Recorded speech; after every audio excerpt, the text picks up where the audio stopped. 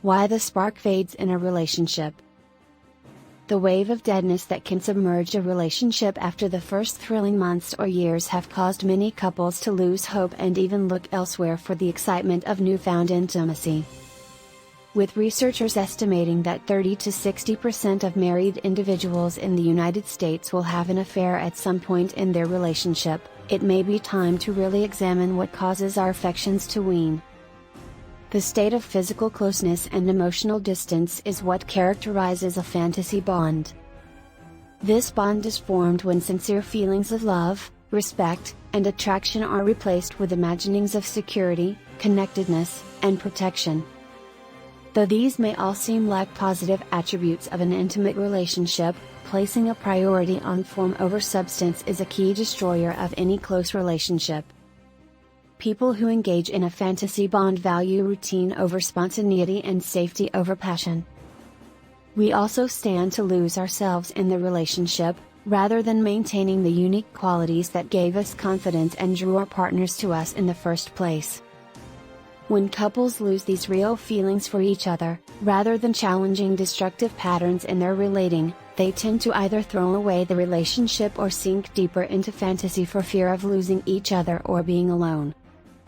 Most people fluctuate between moments of being truly close and moments of substituting fantasy for real love.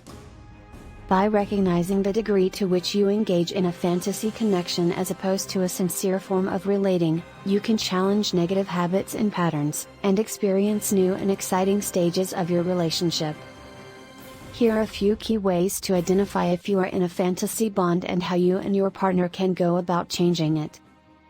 Loss of physical attraction. When we form a fantasy of fusion with another person, we tend to eventually lose some of our physical attraction to that person.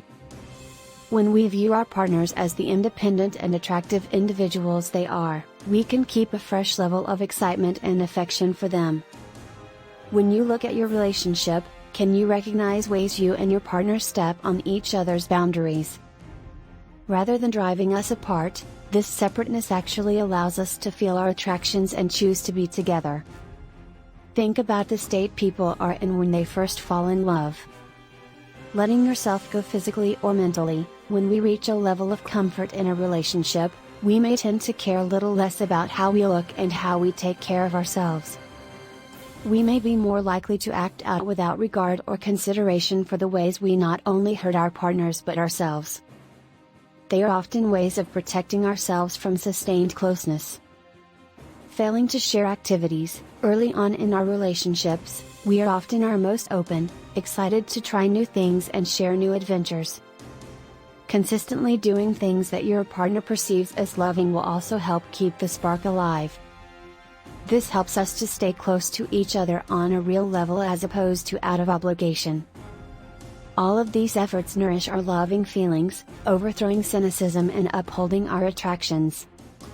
Harboring anger. When we are with someone for a long time, we tend to catalog their negative traits and build a case against them that leads us to feel cynical. Dealing with problems directly from a mature and open stance will save you from stifling your feelings of compassion and love. Honest communication can be tough, but it helps you to truly know your partner, rather than seeing him or her through a negative or critical lens. Even when we start to feel close, we will often be quick to become critical the minute our partner does something that rubs us the wrong way.